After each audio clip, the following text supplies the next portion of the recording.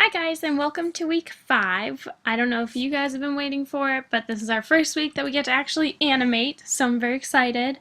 You do have 2 assignments this week. One is a walk cycle, and you'll just be giving me your Maya file. I'm going to go over how to render, but you won't need to be doing that for this assignment. And then the other one is coming up with an idea of what action you want to loop and do kind of for your final. So make sure to pay attention to both of those, as well as the discussion board. So for these assignments, you guys are welcome to use the ones that you set up and rigged. I think that would be really nice also for your portfolio to be able to say like, yes, I animated this and I set up the skeleton and rigged it. But if for some reason you don't like the way your rig is working, you can feel free to use Mike and Tina, or you can email me if you have a different rig in mind. With Mike and Tina, we kind of discussed in this discussion boards recently that you can click on certain parts and then make sure to look in your channel box over here for your different options. So you can see with Mike and Tina, you can change a lot of the colors, shirt types, hairstyle, mustache. This is where you can make it into Tina.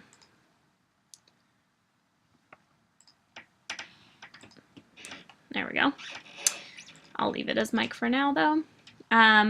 Same thing, we talked about rolling the fingers. So if you click on just this hand control here, you can see in my channel box I've got the thumb, all the fingers, etc. So the easiest thing for me to do is click on the word thumb 1, and then I'm going to middle mouse drag in my viewport.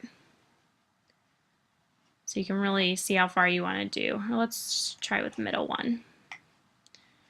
Okay, so then if you want the rest to curve, we can do middle 2, middle mouse, oops. My mouse is being tricky all of a sudden. Middle mouse, click and drag. Middle 3, you can always type in the numbers too if you want. All right, but that's how you're gonna get the bend in the hand, or sometimes we were talking about the feet. So we can actually click on our foot here, and you can see we have our heel, toe, all different movement. That's why it was so important for us when we were doing our rigging and our skeletal setup that we can do this roll. Because yes, you can rotate the actual foot as a whole, but for the walk cycle we're going to be using these options to kind of get that roll through. All right. Now, a few things, I wanted to answer a couple questions before we get started. My mouse is going crazy. I'm sorry about that. You know what? I'm going to replug my mouse. All right, got a new mouse. This one should be working better. Sorry about that. So we've been discussing different rendering options, and we hadn't really gone over it, so I want to make sure we go over that. In each viewport, you'll see there's this blue, it looks like a blue circle with a white square around it. That's your resolution gate. So depending upon what your render settings are, you want to make sure that you have this turned on so you can see what your camera is actually looking at. Now we have a very small resolution. That's not what I would want to render in. So we can look at this 4th clapboard here, which is your render settings, or you can go into Windows and get it rendering. So we can name the file whatever we want. If it was your emotion project or your walk cycle, whatever. We want to change our image format. I tend to do Targa files. You can see that now, even in the newer versions, you can just do it to a QuickTime movie. But if you're doing it to a QuickTime movie, and let's say 98% of the way through something fails, you've lost your entire movie. If you render to Targa files and at frame 98 of 100 it fails, all you have to do is go back in, re-render 98, and do 99 and 100. Also allows you to bring it into After Effects or whatever you're comfortable with to edit. You can edit the color, you can edit the timing. Just gives you a lot more options. You want to make sure this is always name.number.extension. I don't know why Maya gives you other options. It makes no sense. A computer cannot read a file format that's a number. If you're doing a single frame, you can do name.extension. So let's just say, for example, we're doing this single frame. If you have a multiple frame, name.number.extension, this is when you'd put in, start at frame 1, go to frame 100, whatever you have set up. No matter which way we're doing it, you want to make sure you're rendering the correct viewport. And then here we can change the size. I would recommend a 1280 by 720 as a minimum. You can always do 1920 by 1280, but that will take, a little bit longer to render. And I like to turn up my resolution to 300. All right, so those are your render settings. I'm just going to do the single frame, close, and then to actually get this frame to render, we need to go into our rendering dropdown. I'm going to go to render, and then batch render. Continue, of course. Now, it'll show you in our script editor here what's going on. So it's rendering with Maya software. My computer's running a little bit slower today, but eventually it will go through your whole render, and then you will look in here to see where it's saving. So you can always click this button right next to it to see all of the details. Okay, so for example, when yours is done, it'll show you here is the file and where to find it. So you'll have to go through your computer. It's generally, in my documents. So here it is. Users, your computer, my documents, my project's default, and then it's called walk. So you can find it there. And there's your image. All right. We also talked about changing the background color. Now you can either, when saving it as a target file or whatever, there will be no background, so it will default a black for you, but if you bring it into After Effects or a different program, you can put whatever background you want behind it. I believe Nick also suggested making a sphere, and we can totally do it that way. So I can go into polygons, create a sphere, and I'm just going to scale this sphere up and up. Then you can see that I actually have a background, and we can change the color of this. We can go into our attribute editor, and I can right mouse click and hold, assign new material. Generally we do Lamberts or blends. Those are our kind of two default materials. Blend are shiny, have a highlight. Lambert is matte. I'm just going to go with a Lambert. You can see that my Lambert comes up in my attribute editor, and I can change the color. Just to show you, you can change it to whatever you want. I would highly recommend for what we're doing, you kind of pick a middle gray. You don't want the shadows or the highlights to be lost. But now we have a nice environment. You can always put that on a layer, so if you get distracted when animating, it's not there, or you can add it last. So what I'm going to do is just delete this for now. Let's take a look at what we're doing this week in walk cycles. So I've got a few images I want to show you. These are taken from the Animator's Survival Kit by Richard Williams. I think it's a really good book if you have interest in animation, whether it's 2D or 3D. He really explains things very to the point and down to earth. But I found just 3 images from it on Google that kind of go over our key poses that we need. Now, you can time out a walk to be whatever you think. Some people have very slow walks, some people have very fast walks. Just don't forget that there are 24 frames in a second. So if we've got, this is 2 steps in 25 frames, that is a very, very fast walk. So you do not have to follow this at all. You can kind of create your own timing. But what you are going to follow is this contact, down, passing, and up positions. This is listed in your assignment sheet as well. It kind of tells you what to look for. Now, you guys will be doing a looping animation. Generally, we want to pay attention to the foot that you're placing, and it's going to never move from that spot. Okay, because if you're moving forward, you transfer your weight to the heel, and then it becomes flat. But because we're doing a looping cycle, the main thing that you're going to want to think of is always keeping your character centered. So I like to make sure that our grid is always showing, and think about it, if you're going to move a foot forward, that's the whole body, we want a foot. If you're going to move a foot forward, okay, we have to split our weight, right? I mean, if he were going to point his toe, but because his foot is flat, we want him to actually be centered over that foot. So you'll move him forward, but now I've left the center of the grid. So you want to make sure, no matter what your position is, that you are centered over that 0, 0, 0 mark. So I'm going to actually want to move, my character back, and I'm going to move this foot back and try to get the same positioning that I'm looking for, but centered over the grid. Okay, because what he's going to do with his walk cycle is it's going to be like he's on a treadmill. Okay, just taking steps and sliding through this position. A lot of times with a walk cycle, you can choose to do kind of the feet first, get down your timing, and then add the arms to it. If it's easier for you to set up key poses and make it look exactly like you want, that works as well.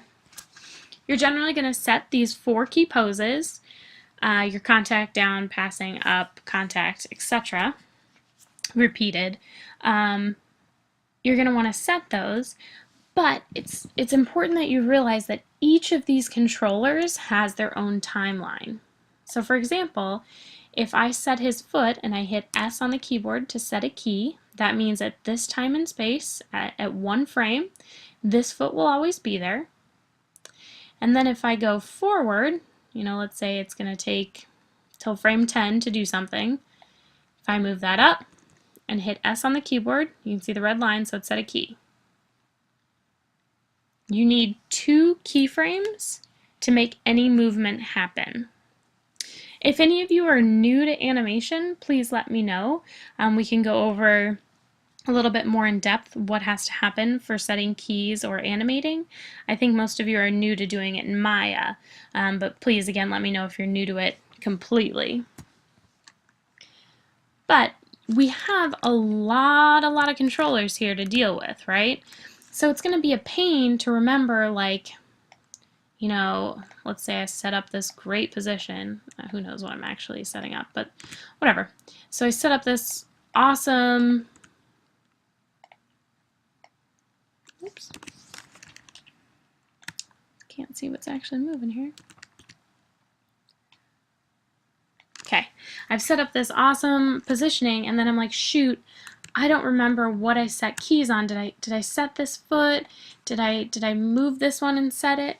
So what I like to do is create a selection set to start with. So what you'll do is select every controller, and sometimes, depending on what rig, you might have to hold Shift and actually go in there and make sure you've selected each one. But then we can go to Create, Sets, Quick Select Set. We'll call it, character, whatever you want. And then I'm going to do Add to Shelf. Okay, and you can see this little button right here, Character. So now, whenever I create an awesome position that I want to make sure that I'm keeping, whatever, I've adjusted a bunch of different sections, let's say, I can then click on my character button, it grabs all the controllers, and I can hit S to set the key.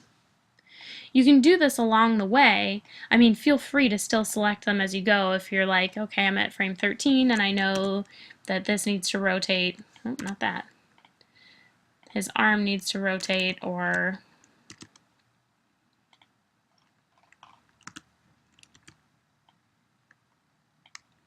you can set that separately.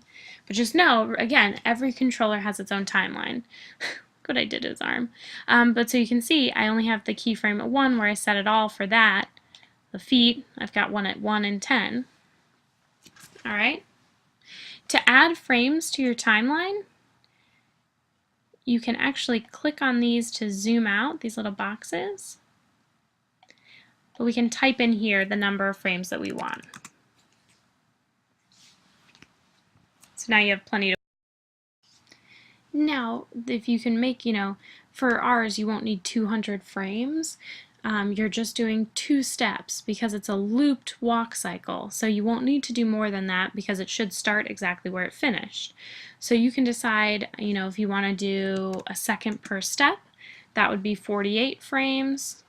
Again, you can, we'll put 48 here too. So that's our maximum frame count here, and this is the frame count that we're looking at. Yeah, so 2 steps. You can decide how fast you want it to be. When you're actually playing back your animation, there are a couple options that we can look at, but if you right mouse click on your timeline and go to playback speed, we want real time. Okay, play every frame is kind of used for dynamics when Maya has to take into account the frame before it to understand what's happening. But we want real time, 24 frames per second. All right, so just a few notes on what makes a good walk cycle. So you want to look at the head. We can see in these images here that when you go, down and up, your head is going to actually make kind of like a sine wave. Now, with a walk and, maybe take a few steps around where you are, it doesn't have to be huge. It's not going to be dramatic. When you start to get a huge wave here, that's when it's very like a schlumped kind of walk, up and down and slow. So you want this to happen, but you don't need it to be quite as up and down. Your down position here is going to be when your arms are the furthest out, and it's kind of like your center pose. All right, when we're in our passing, you can see that we've got, all of our weight is going to be on the leg that's on the ground, but you want to make sure not to lose your arms. So I always like to have one arm forward a little bit and one arm back a little bit in my passing pose. If you get them both straight in a line, when you play your animation, you're not going to be able to tell which arm is now coming forward. It'll start to look like, your back arm is constantly forward, center, forward, center, forward, center, instead of going back. Also take note at the lean or the line of action. Technically, running and walking is kind of like tripping and catching yourself. So you are going to have a slight forward lean to every positioning you have here. Again, if you were going to do an extreme fast run, you would really exaggerate that lean further, but for a nice casual walk, we're just going to give it a slight lean. All right? Make sure to check for your knees popping. It seems to be kind of an easy mistake that when you're bending and kind of bringing it through, depending upon your locators, that becomes a little bit of an issue. All right, I just wanted to show you this quick little movie on your walk cycles. Let's talk about walk cycles. A walk cycle is a looping animation of a walking character, which starts with the first foot, goes to the second foot, and ends back on the first foot. We're going to cover run cycles in the next video since there is just so much to cover with just walk cycles. So walk cycles can be scary for beginning animators because it seems like there are so many poses to memorize. But if you break it down into simpler components, it becomes much easier to wrap your head around. So instead of thinking of a walk cycle as 12 different poses to memorize, think of it as 2 poses. The first pose is called the contact pose because it is where the foot contacts the ground. The second pose is called the passing pose because it is where the other foot directly passes the first foot. To complete the cycle, we need to repeat these 2 poses and reverse them in order to let both feet take a step. So just from these 4 drawings, we already feel like the character is walking. We could call this done. But in order to make the walk cycle more realistic, there are 2 more poses that we should add, called the up and down poses.